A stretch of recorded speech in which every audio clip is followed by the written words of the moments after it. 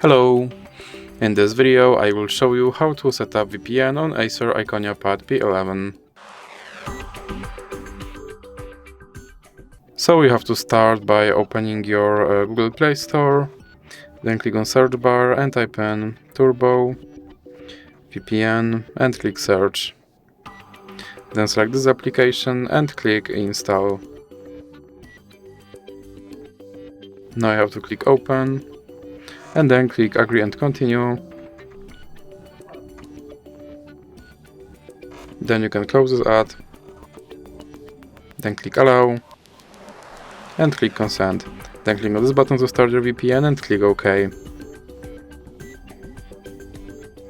Now you can close this ad, and as you can see my VPN is now set up. So that's it for this video. If you liked it, please remember to leave like and subscribe.